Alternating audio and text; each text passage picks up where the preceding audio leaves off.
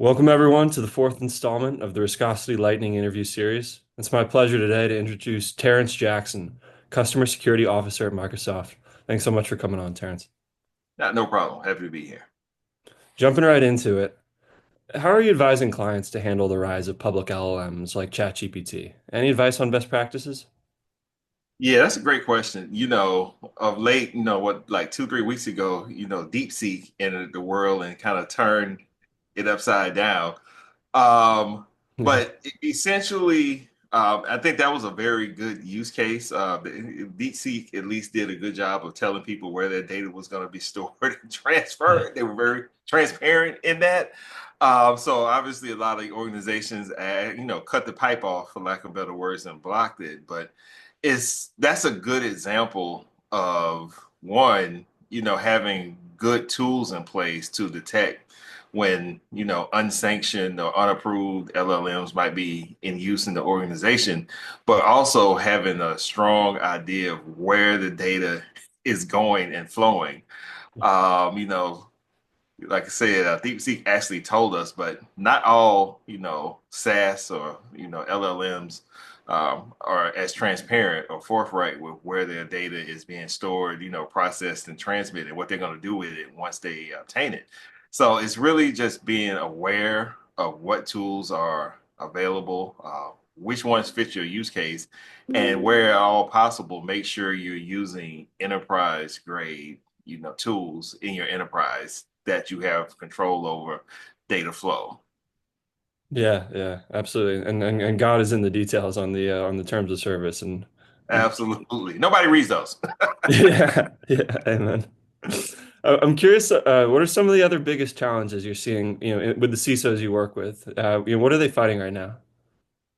Oh man, that's a loaded question. That could take up the whole rest of this lightning series. But Yeah.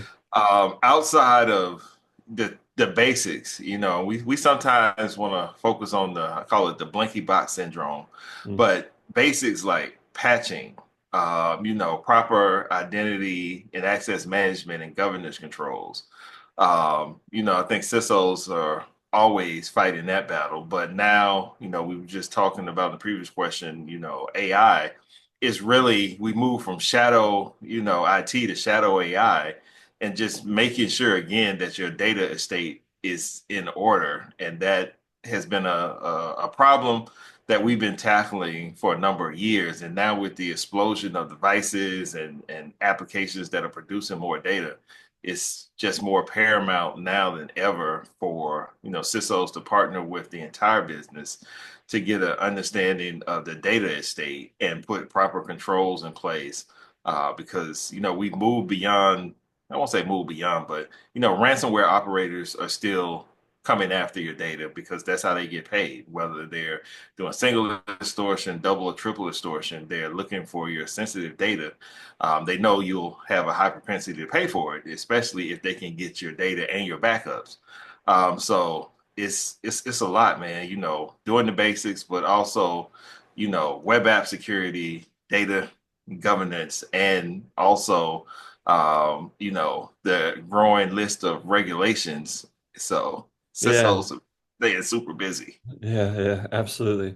With all this change, with the way it's evolving, do you feel like the role of the CISO itself is evolving, in the skills they need to have and the way they need to work with the org? Yeah, do you see that changing?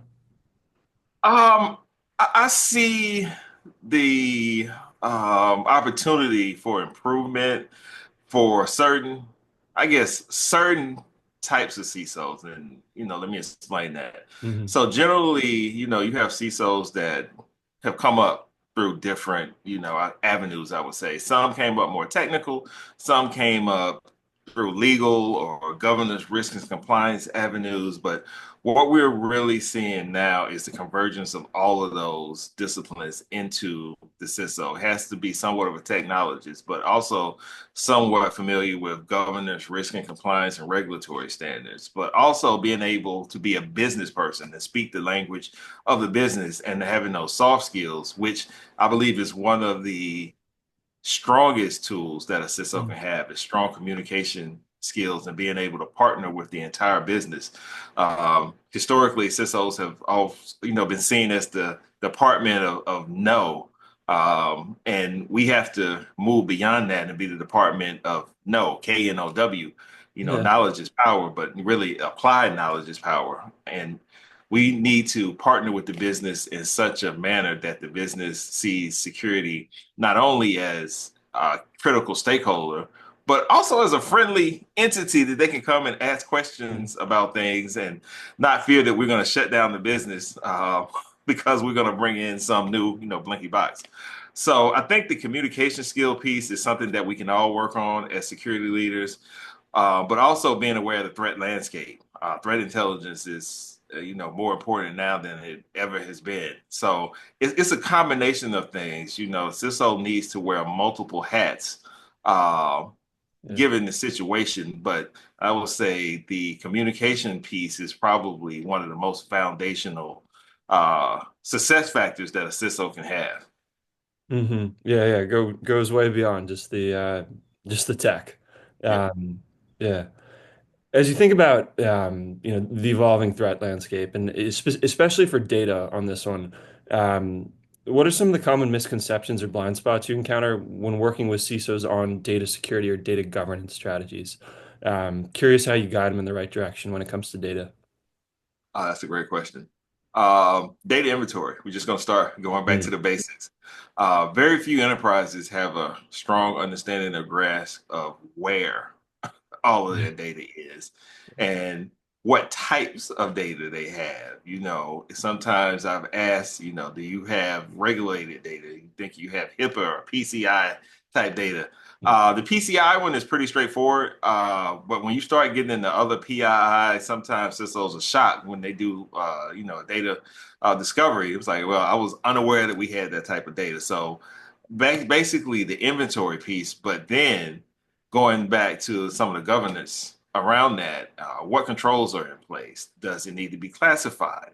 Now that we're looking at AI, what data do you not want your AI to have access to produce outputs? Do you have control over those places? Again, and it's really a control based mindset when it comes to data, but you have to know what type of data you have, then put the proper controls or labels in place.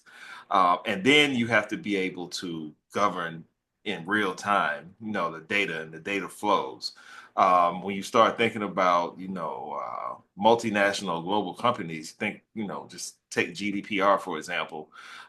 You want to make sure that you're honoring things like sovereignty and data is staying in country yeah. because those fines are expensive. And I think one of the things that is emerging as a challenge is LLMs um, sometimes don't respect that boundary. Yeah. And if you're not using the enterprise, grade LLM within your cloud infrastructure, you have very little control at times over where that data is flowing.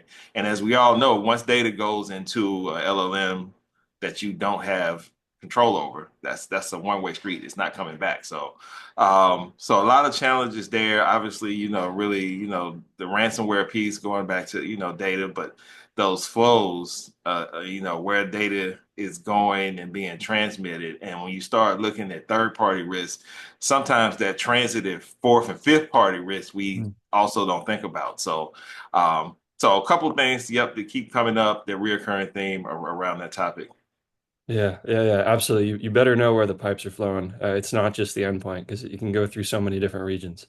Um, Absolutely. yeah. Well, hey, thank you so much, Terrence. I really appreciate the time. You're welcome. My pleasure.